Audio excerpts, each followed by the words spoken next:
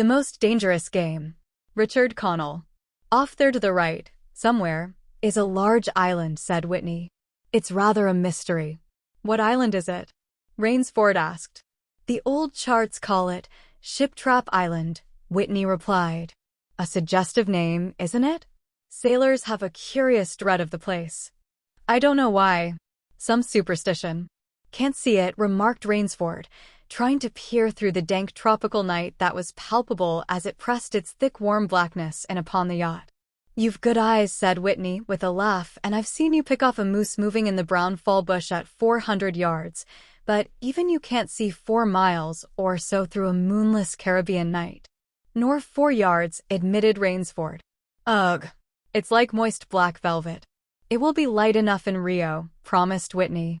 We should make it in a few days. I hope the Jaguar guns have come from Pretty's. We should have some good hunting up the Amazon. Great sport, hunting.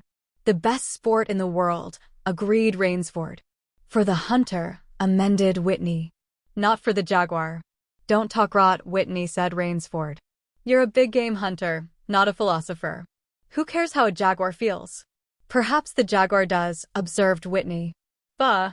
They've no understanding. Even so, I rather think they understand one thing: fear. The fear of pain and the fear of death. Nonsense, laughed Rainsford. This hot weather is making you soft, Whitney. Be a realist. The world is made up of 2 classes, the hunters and the hunts. Luckily, you and I are hunters. Do you think we've passed that island yet? I can't tell in the dark. I hope so. Why? Asked Rainsford. The place has a reputation, a bad one. Cannibals, suggested Rainsford. Hardly. Even cannibals wouldn't live in such a godforsaken place. But it's gotten into sailor lore somehow. Didn't you notice that the crew's nerves seemed a bit jumpy today? They were a bit strange, now you mention it. Even Captain Nielsen. Yes, even that tough-minded old Swede who'd go up to the devil himself and ask him for a light. Those fishy blue eyes held a look I never saw there before. All I could get out of him was, "This place has an evil name among seafaring men, sir." Then he said to me, very gravely, "Don't you feel anything?" as if the air about us was actually poisonous. Now, you mustn't laugh when I tell you this, I did feel something like a sudden chill. There was no breeze. The sea was as flat as a plate glass window. We were drawing near the island then. What I felt was a mental chill, a sort of sudden dread. Pure imagination, said Rainsford. One superstitious sailor can taint the whole ship's company with his fear. Maybe. But sometimes I think sailors have an extra sense that tells them when they are in danger. Sometimes I think evil is a tangible thing with wavelengths, just as sound and light have. An evil place can, so to speak, broadcast vibrations of evil. Anyhow, I'm glad we're getting out of this zone. Well, I think I'll turn in now, Rainsford. I'm not sleepy, said Rainsford. I'm going to smoke another pipe up on the afterdeck. Good night, then, Rainsford. See you at breakfast. Right. Good night, Whitney. There was no sound in the night as Rainsford sat there, but the muffled throb of the engine that drove the yacht swiftly through the darkness, and the swish and ripple of the wash of the propeller. Rainsford, reclining in a steamer chair, indolently puffed on his favorite briar. The sensuous drowsiness of the night was on him. It's so dark, he thought, that I could sleep without closing my eyes. The night would be my eyelids. An abrupt sound startled him. Off to the right he heard it, and his ears, expert in such matters, could not be mistaken. Again he heard the sound, and again. Somewhere, off in the blackness, someone had fired a gun 3 times. Rainsford sprang up and moved quickly to the rail, mystified. He strained his eyes in the direction from which the reports had come, but it was like trying to see through a blanket. He leaped upon the rail and balanced himself there. To get greater elevation, his pipe, striking a rope, was knocked from his mouth. He lunged for it. A short, hoarse cry came from his lips as he realized he had reached too far and had lost his balance. The cry was pinched off short as the bloodwarm waters of the Caribbean Sea dosed over his head. He struggled up to the surface and tried to cry out, but the wash from the speeding yacht slapped him in the face and the salt water in his open mouth made him gag and strangle. Desperately, he struck out with strong strokes after the receding lights of the yacht, but he stopped before he had swum 50 feet. A certain coolheadedness had come to him. It was not the first time he had been in a tight place. There was a chance that his cries could be heard by someone aboard the yacht, but that chance was slender and grew more slender as the yacht raced on. He wrestled himself out of his clothes and shouted with all his power. The lights of the yacht became faint and ever-vanishing fireflies, then they were blotted out entirely by the night. Rainsford remembered the shots. They had come from the right, and doggedly he swam in that direction, swimming with slow, deliberate strokes, conserving his strength. For a seemingly endless time he fought the sea. He began to count his strokes. He could do possibly 100 more, and then Rainsford heard a sound. It came out of the darkness, a high screaming sound, the sound of an animal in an extremity of anguish and terror. He did not recognize the animal that made the sound. He did not try to. With fresh vitality he swam toward the sound. He heard it again, then it was cut short by another noise, crisp, staccato. "Pistol shot," muttered Rainsford, swimming on. 10 minutes of determined effort brought another sound to his ears, the most welcome he had ever heard, the muttering and growling of the sea breaking on a rocky shore. He was almost on the rocks before he saw them. On a night less calm, he would have been shattered against them. With his remaining strength, he dragged himself from the swirling waters. Jagged crags appeared to jut up into the opaqueness. He forced himself upward, hand over hand. Gasping, his hands raw, he reached a flat place at the top. Dense jungle came down to the very edge of the cliffs. What perils that tangle of trees and underbrush might hold for him did not concern Rainsford just then. All he knew was that he was safe from his enemy, the sea, and that utter weariness was on him. He flung himself down at the jungle edge and tumbled headlong into the deepest sleep of his life. When he opened his eyes, he knew from the position of the sun that it was late in the afternoon.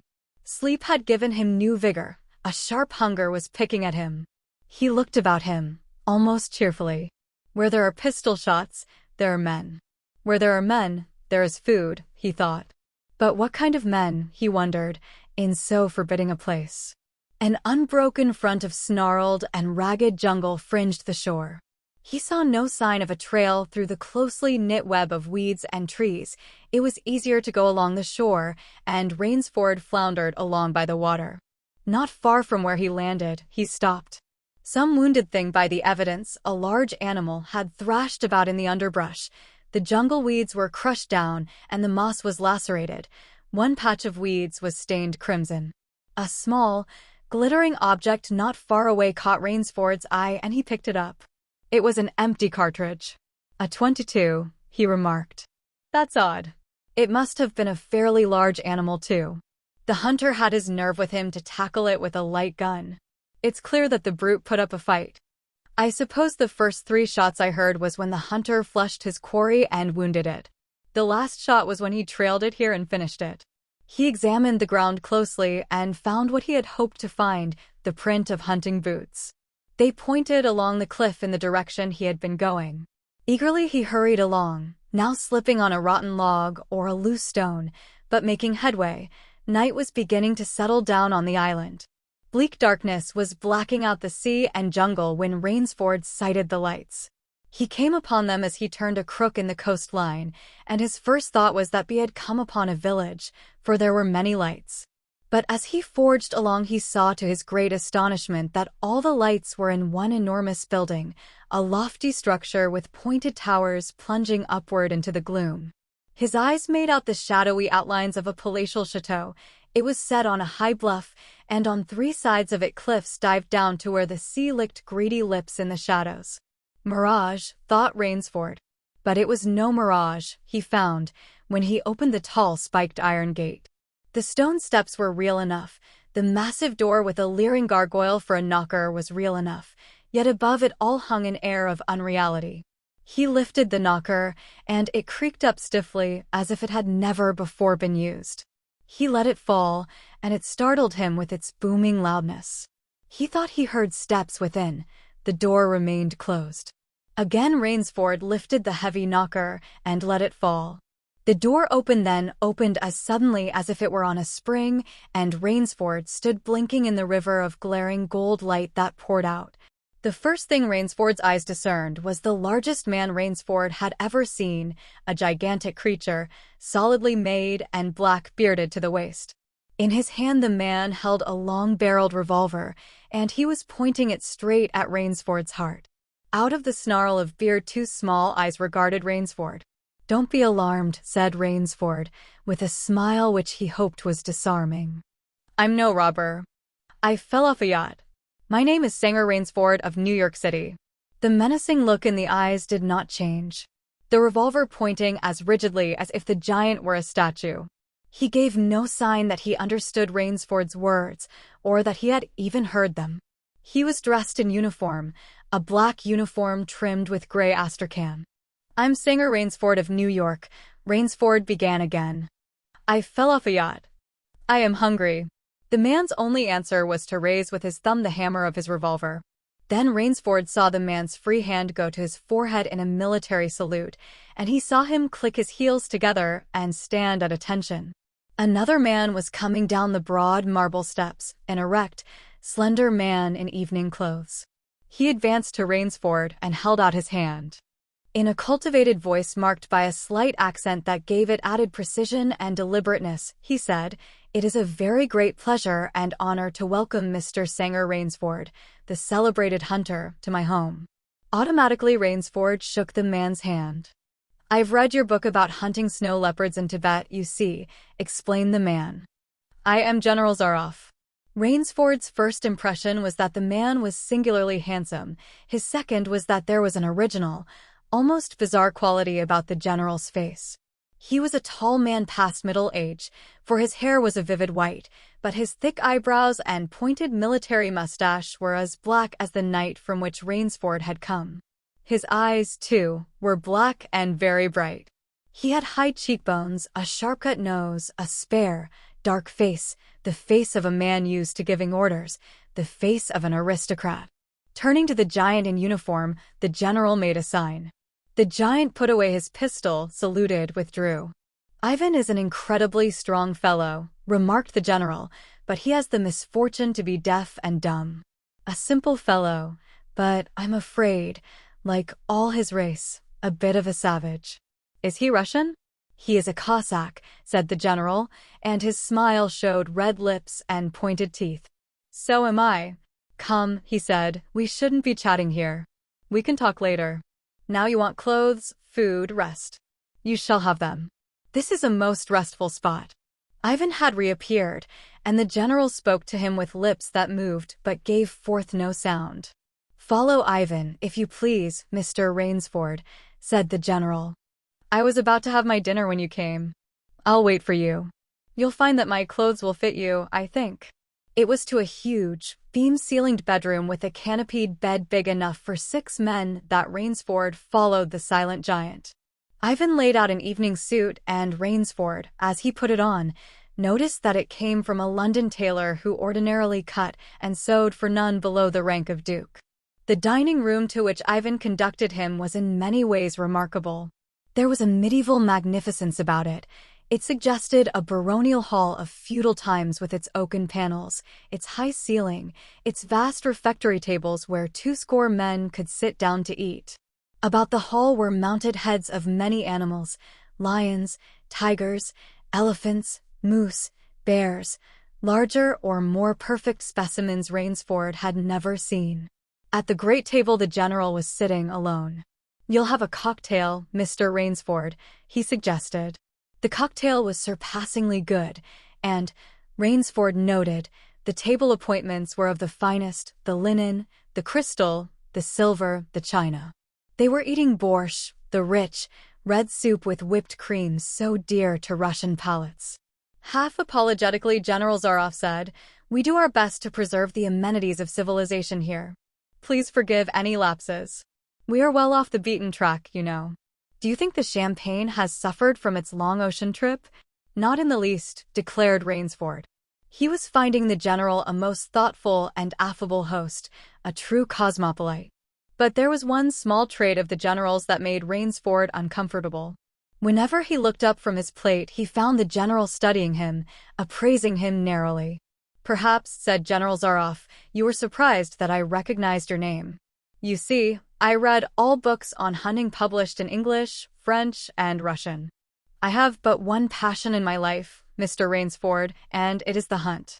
"You have some wonderful heads here," said Rainsford as he ate a particularly well-cooked filet mignon. "That Cape buffalo is the largest I ever saw." "Oh, that fellow." "Yes, he was a monster." "Did he charge you?" "Hurled me against a tree," said the general. "Fractured my skull. But I got the brute." "I've always thought," said Rainsford, "that the Cape buffalo is the most dangerous of all big game." For a moment the general did not reply. He was smiling his curious red-lipped smile. Then he said slowly, "No. You are wrong, sir. The Cape buffalo is not the most dangerous big game." He sipped his wine. "Here in my preserve on this island," he said in the same slow tone, "I hunt more dangerous game." Rainsford expressed his surprise. "Is there big game on this island?" The general nodded. "The biggest." "Really?" "Oh, it isn't here naturally, of course. I have to stock the island." "What have you imported, General?" Rainsford asked. "Tigers?" The general smiled. "No," he said. "Hunting tigers ceased to interest me some years ago. I exhausted their possibilities, you see. No thrill left in tigers, no real danger." "I live for danger, Mr. Rainsford."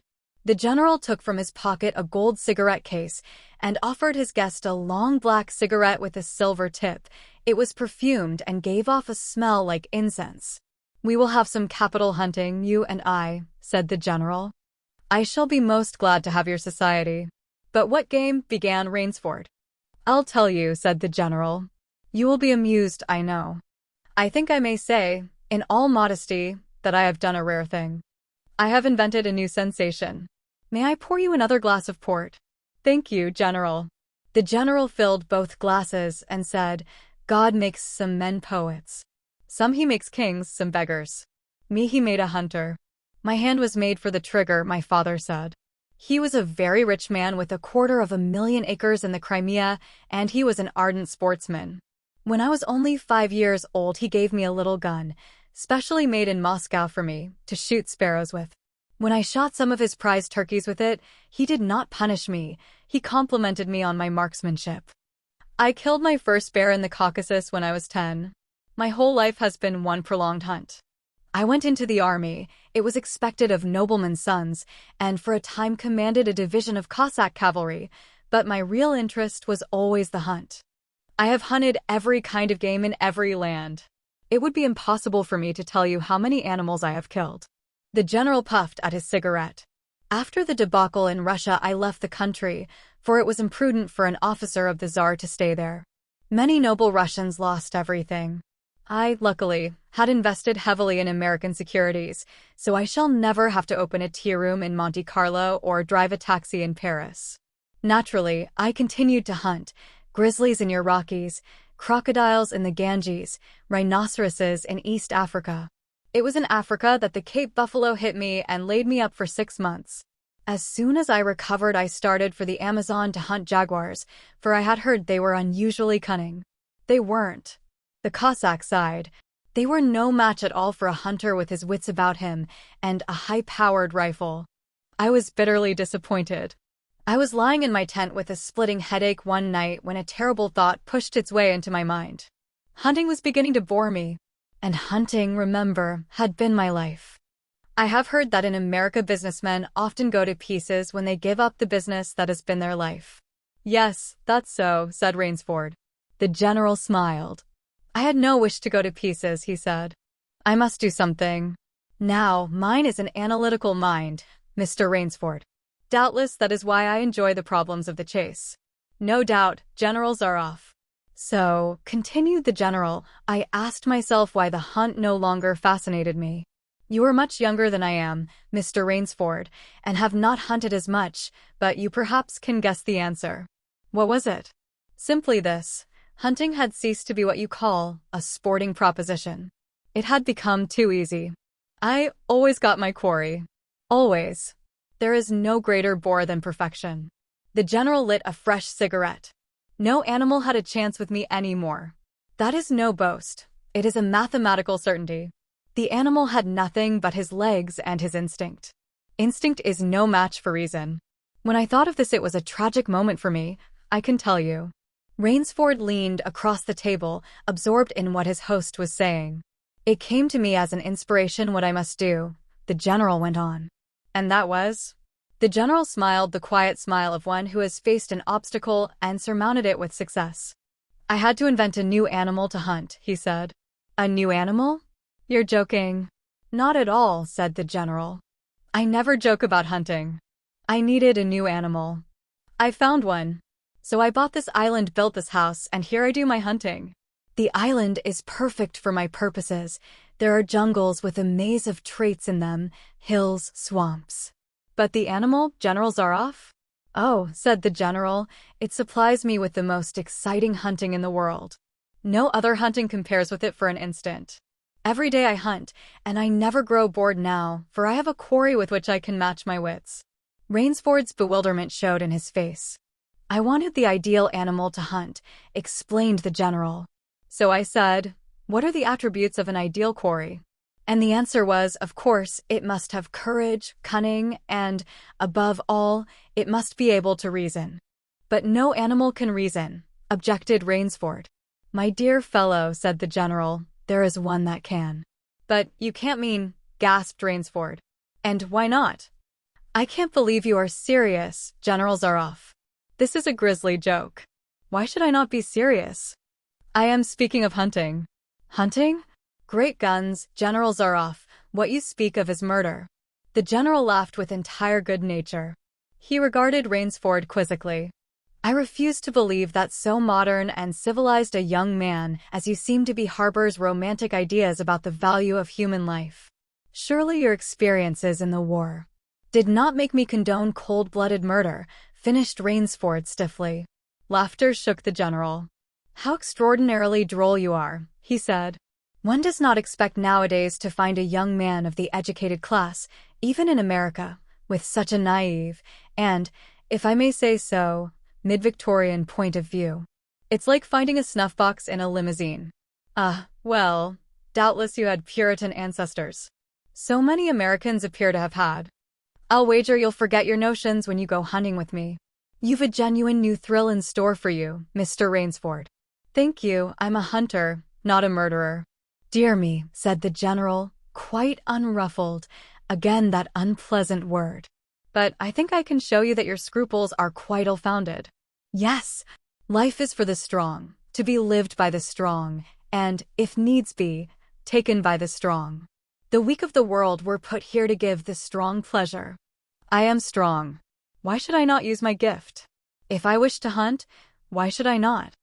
I hunt the scum of the earth, sailors from tramp ships, Lascars, blacks, Chinese, whites, mongrels. A thoroughbred horse or hound is worth more than a score of them. But they are men, said Rainsford hotly. Precisely, said the general. That is why I use them. It gives me pleasure. They can reason after a fashion. So they are dangerous. But where do you get them? The general's left eyelid fluttered down in a wink. This island is called Ship Trap, he answered. Sometimes an angry god of the high seas sends them to me. Sometimes, when Providence is not so kind, I help Providence a bit. Come to the window with me. Rainsford went to the window and looked out toward the sea. Watch! Out there, exclaimed the general, pointing into the night. Rainsford's eyes saw only blackness, and then, as the general pressed a button, far out to sea Rainsford saw the flash of lights. The general chuckled. They indicate a channel, he said, where there's none. Giant rocks with razor edges crouch like a sea monster with wide-open jaws. They can crush a ship as easily as I crush this nut. He dropped a walnut on the hardwood floor and brought his heel grinding down on it.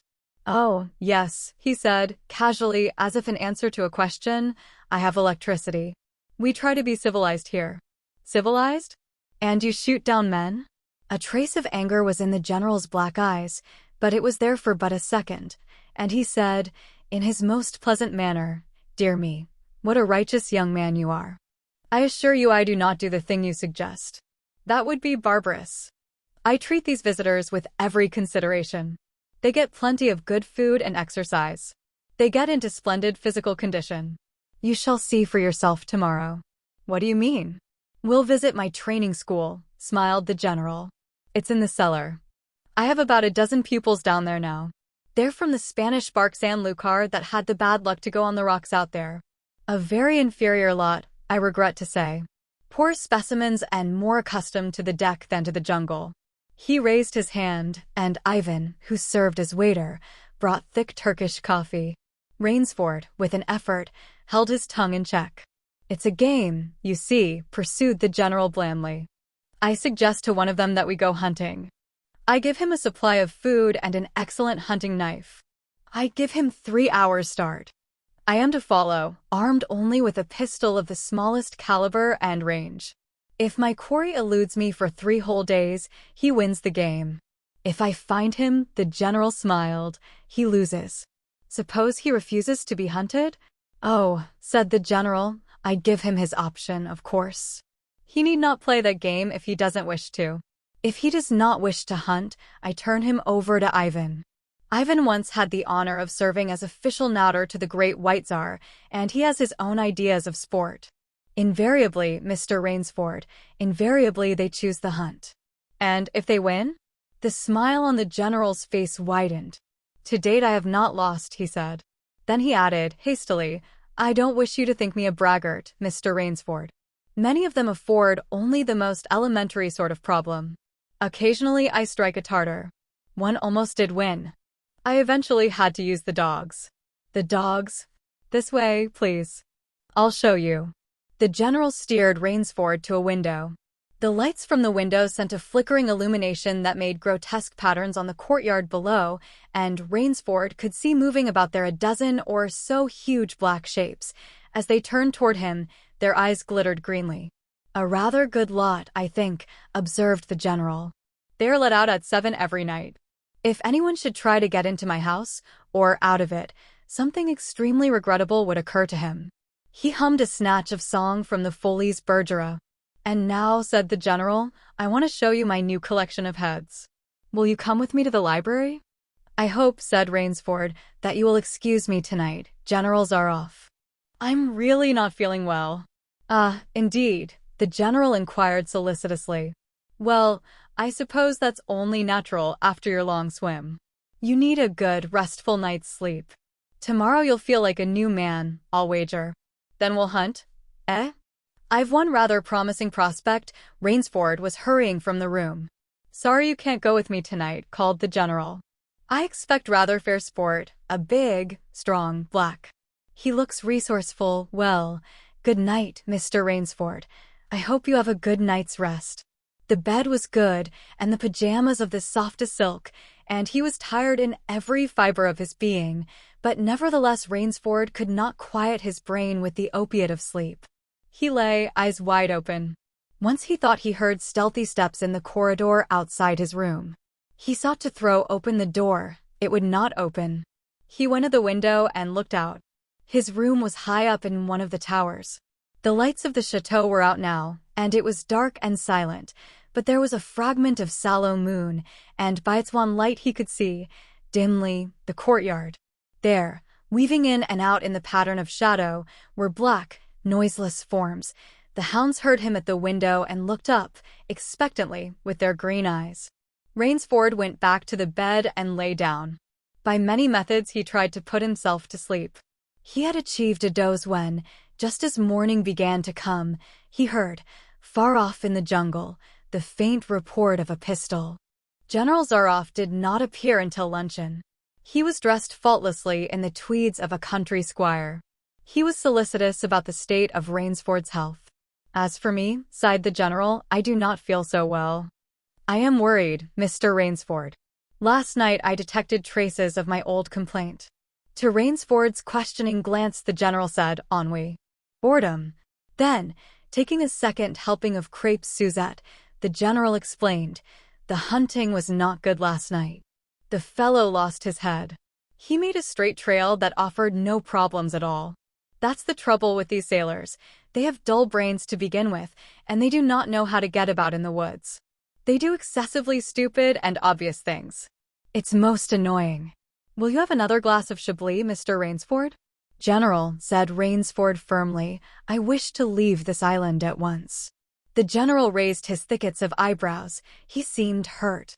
But, my dear fellow, the general protested, you've only just come. You've had no hunting. I wish to go today, said Rainsford. He saw the dead black eyes of the general on him, studying him. General Zaroff's face suddenly brightened. He filled Rainsford's glass with venerable Chablis from a dusty bottle. Tonight, said the general, we will hunt, you and I. Rainsford shook his head. No, General, he said. I will not hunt. The general shrugged his shoulders and delicately ate a hothouse grape. As you wish, my friend, he said. The choice rests entirely with you. But may I not venture to suggest that you will find my idea of sport more diverting than Ivan's? He nodded toward the corner to where the giant stood, scowling, his thick arms crossed on his hogshead of chest. You don't mean, cried Rainsford. My dear fellow, said the general, have I not told you I always mean what I say about hunting?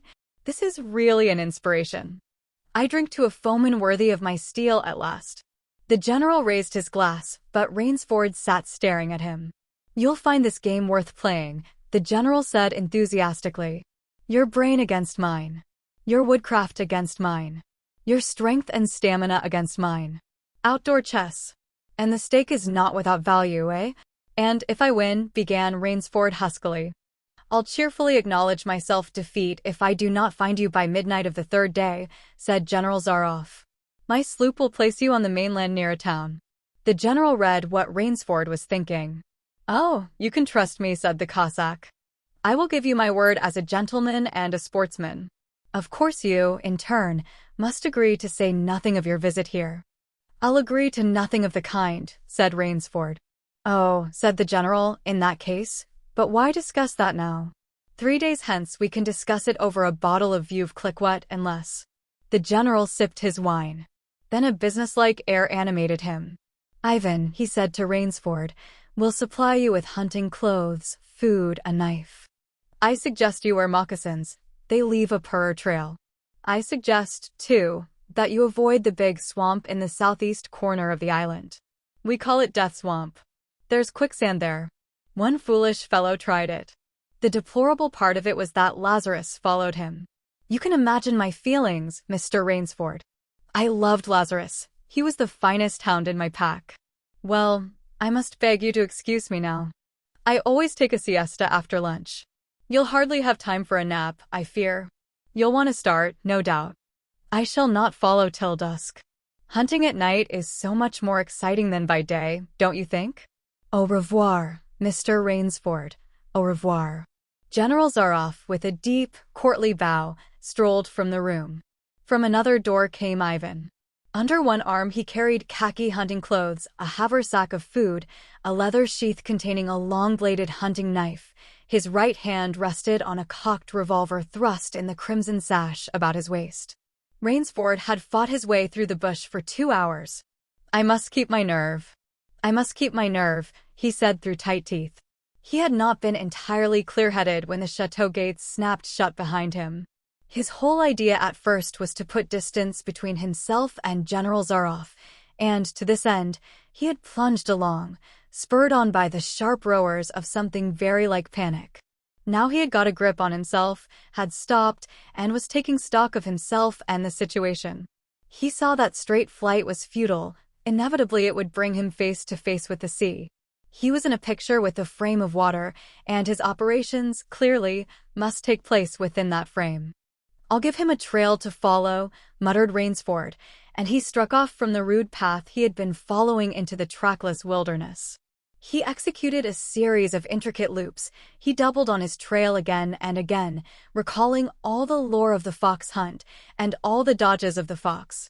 Night found him leg-weary, with hands and face lashed by the branches on a thickly wooded ridge. He knew it would be insane to blunder on through the dark, even if he had the strength. His need for rest was imperative, and he thought, I have played the fox, now I must play the cat of the fable. A big tree with a thick trunk and outspread branches was nearby, and, Taking care to leave not the slightest mark, he climbed up into the crotch and, stretching out on one of the broad limbs, after a fashion, rested. Rest brought him new confidence and almost a feeling of security. Even so zealous a hunter as General Zaroff could not trace him there, he told himself. Only the devil himself could follow that complicated trail through the jungle after dark. But perhaps the general was a devil. An apprehensive night crawled slowly by like a wounded snake, and sleep did not visit Rainsford, although the silence of a dead world was on the jungle. Toward morning, when a dingy gray was varnishing the sky, the cry of some startled bird focused Rainsford's attention in that direction. Something was coming through the bush, coming slowly, carefully, coming by the same winding way Rainsford had come. He flattened himself down on the limb and, through a screen of leaves almost as thick as tapestry, he watched. That which was approaching was a man. It was General Zaroff. He made his way along with his eyes fixed in utmost concentration on the ground before him. He paused, almost beneath the tree, dropped to his knees and studied the ground. Rainsford's impulse was to hurl himself down like a panther, but he saw that the general's right hand held something metallic, a small automatic pistol. The hunter shook his head several times, as if he were puzzled. Then he straightened up and took from his case one of his black cigarettes. Its pungent incense-like smoke floated up to Rainsford's nostrils. Rainsford held his breath. The general's eyes had left the ground and were traveling inch by inch up the tree. Rainsford froze there, every muscle tensed for a spring. But the sharp eyes of the hunter stopped before they reached the limb where Rainsford lay. A smile spread over his brown face. Very deliberately he blew a smoke ring into the air. Then he turned his back on the tree and walked carelessly away, back along the trail he had come. The swish of the underbrush against his hunting boots grew fainter and fainter. The pent-up air burst hotly from Rainsford's lungs. His first thought made him feel sick and numb. The general could follow a trail through the woods at night. He could follow an extremely difficult trail. He must have uncanny powers. Only by the merest chance had the Cossack failed to see his quarry. Rainsford's second thought was even more terrible. It sent a shudder of cold horror through his whole being. Why had the general smiled? Why had he turned back? Rainsford did not want to believe what his reason told him was true, but the truth was as evident as the sun that had by now pushed through the morning mists. The general was playing with him. The general was saving him for another day's sport. The Cossack was the cat, he was the mouse. Then it was that Rainsford knew the full meaning of terror. I will not lose my nerve. I will not. He slid down from the tree and struck off again into the woods. His face was set, and he forced the machinery of his mind to function. 300 yards from his hiding place he stopped where a huge dead tree leaned precariously on a smaller, living one. Throwing off his sack of food, Rainsford took his knife from its sheath and began to work with all his energy. The job was finished at last, and he threw himself down behind a fallen log 100 feet away. He did not have to wait long. The cat was coming again to play with the mouse.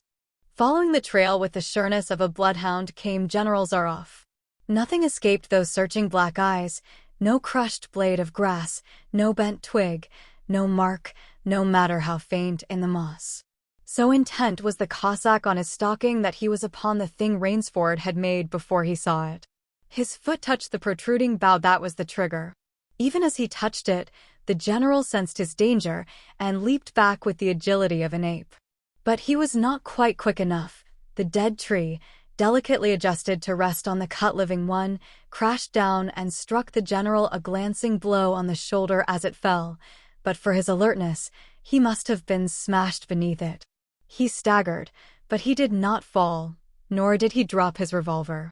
He stood there, rubbing his injured shoulder, and Rainsford, with fear again gripping his heart, heard the general's mocking laugh ring through the jungle.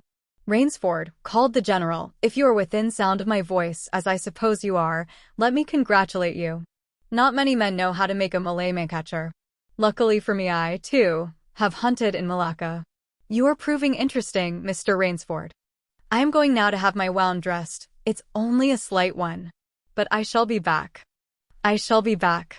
When the general, nursing his bruised shoulder, had gone, Rainsford took up his flight again. It was flight now, a desperate, hopeless flight that carried him on for some hours.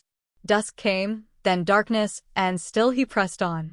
The ground grew softer under his moccasins, the vegetation grew ranker, denser, insects bit him savagely. Then, as he stepped forward, his foot sank into the ooze. He tried to wrench it back, but the muck sucked viciously at his foot as if it were a giant leech. With a violent effort, he tore his feet loose. He knew where he was now. Death Swamp and its quicksand. His hands were tight closed as if his nerve were something tangible that someone in the darkness was trying to tear from his grip. The softness of the earth had given him an idea. He stepped back from the quicksand a dozen feet or so and, like some huge prehistoric beaver, he began to dig. Rainsford had dug himself in France when a second's delay meant death. That had been a placid pastime compared to his digging now. The pit grew deeper. When it was above his shoulders, he climbed out and from some hard saplings cut stakes and sharpened them to a fine point. These stakes he planted in the bottom of the pit with the points sticking up. With flying fingers he wove a rough carpet of weeds and branches, and with it he covered the mouth of the pit. Then, wet with sweat and aching with tiredness, he crouched behind the stump of a lightning-charred tree. He knew his pursuer was coming. He heard the padding sound of feet on the soft earth, and the night breeze brought him the perfume of the general's cigarette. It seemed to Rainsford that the general was coming with unusual swiftness. He was not feeling his way along, foot by foot. Rainsford, crouching there, could not see the general, nor could he see the pit. He lived a year in a minute. Then he felt an impulse to cry aloud with joy, for he heard the sharp crackle of the breaking branches as the cover of the pit gave way. He heard the sharp scream of pain as the pointed stakes found their mark. He leaped up from his place of concealment. Then he cowered back. 3 feet from the pit a man was standing, with an electric torch in his hand. "You've done well, Rainsford," the voice of the general called. "Your Burmese tiger pit has claimed one of my best dogs. Again you score. I think, Mr. Rainsford, I'll see what you can do against my whole pack. I'm going home for a rest now. Thank you for a most amusing evening." At daybreak Rainsford, lying near the swamp, was awakened by a sound that made him know that he had new things to learn about fear. It was a distant sound, faint and wavering, but he knew it. It was the baying of a pack of hounds. Rainsford knew he could do one of 2 things. He could stay where he was and wait. That was suicide. He could flee. That was postponing the inevitable. For a moment he stood there, thinking. An idea that held a wild chance came to him, and, tightening his belt, he headed away from the swamp. The baying of the hounds drew nearer, then still nearer, nearer, ever nearer. On a ridge Rainsford climbed a tree. Down a watercourse, not a quarter of a mile away, he could see the bush moving. Straining his eyes, he saw the lean figure of General Zaroff. Just ahead of him Rainsford made out another figure whose wide shoulders surged through the tall jungle weeds. It was the giant Ivan, and he seemed pulled forward by some unseen force. Rainsford knew that Ivan must be holding the pack in leash. They would be on him any minute now. His mind worked frantically. He thought of a native trick he had learned in Uganda. He slid down the tree. He caught hold of a springy young sapling and to it he fastened his hunting knife, with the blade pointing down the trail. With a bit of wild grapevine he tied back the sapling. Then he ran for his life. The hounds raised their voices as they hit the fresh scent. Rainsford knew now how an animal at bay feels. He had to stop to get his breath. The baying of the hounds stopped abruptly, and Rainsford's heart stopped too. They must have reached the knife. He shinned excitedly up a tree and looked back. His pursuers had stopped. But the hope that was in Rainsford's brain when he climbed died, for he saw in the shallow valley that General Zaroff was still on his feet. But Ivan was not. The knife, driven by the recoil of the springing tree, had not wholly failed. Rainsford had hardly tumbled to the ground when the pack took up the cry again. "Nerve, nerve, nerve," he panted as he dashed along. A blue gap showed between the trees dead ahead. Ever nearer drew the hounds. Rainsford forced himself on toward that gap. He reached it. It was the shore of the sea. Across a cove he could see the gloomy gray stone of the chateau. 20 feet below him the sea rumbled and hissed. Rainsford hesitated. He heard the hounds. Then he leaped far out into the sea. When the general and his pack reached the place by the sea, the Cossack stopped. For some minutes he stood regarding the blue-green expanse of water. He shrugged his shoulders. Then he sat down, took a drink of brandy from a silver flask, lit a cigarette, and hummed a bit from Madame Butterfly. General Zaroff had an exceedingly good dinner in his great paneled dining hall that evening. With it he had a bottle of Pole Roger and half a bottle of Chambertin. Two slight annoyances kept him from perfect enjoyment. One was the thought that it would be difficult to replace Ivan. The other was that his quarry had escaped him. Of course, the American hadn't played the game, so thought the general as he tasted his after-dinner liqueur.